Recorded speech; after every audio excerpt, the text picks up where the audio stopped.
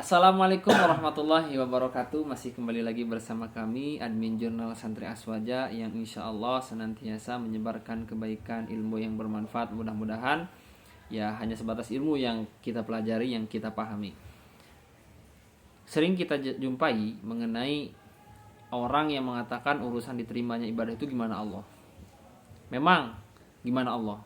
Tapi ada ulama yang memberikan gambaran bahwasanya walaupun ada bahasa demikian tadi, sholat itu gimana Allah. Namun ulama memberikan batasan. 4 syarat agar sholat kita diterima. Jangan sampai syarat ini tidak terpenuhi yang menyebabkan sholat kita itu la yamutu wa la yahya, tidak bermutu, banyak biaya waktu, biaya tenaga, tapi tidak mendapatkan hasil. 4 syarat harus diperhatikan agar sholat kita diterima. 1, apa saja ya? 1, yang pertama itu ayak sida biha wajah Allah, harus ikhlas. Ikhlas karena Allah, bukan karena hal yang lain.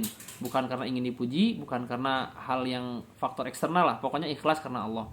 Yang kedua, ini yang paling berat nih. Ini yang saya maksud, ini yang sebenarnya yang saya tekankan ya. Yang kedua ini ayakuna ma'kaluhu wa malbusuhu wa musallahu halalan.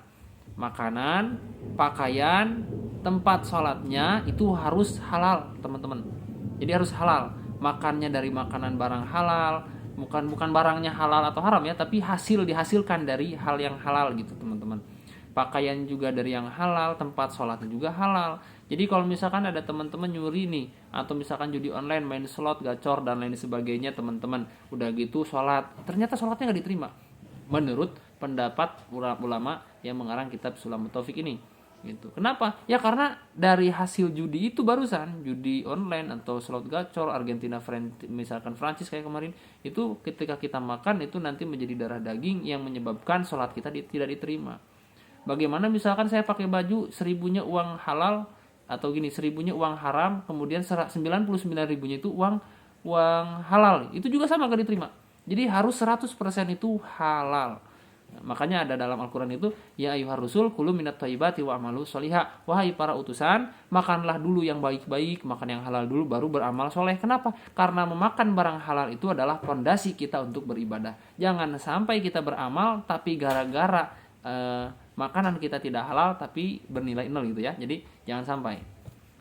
Jadi aklul halal ra'su kulli ibadatin. Memakan barang halal itu adalah fondasi pokok dalam ibadah.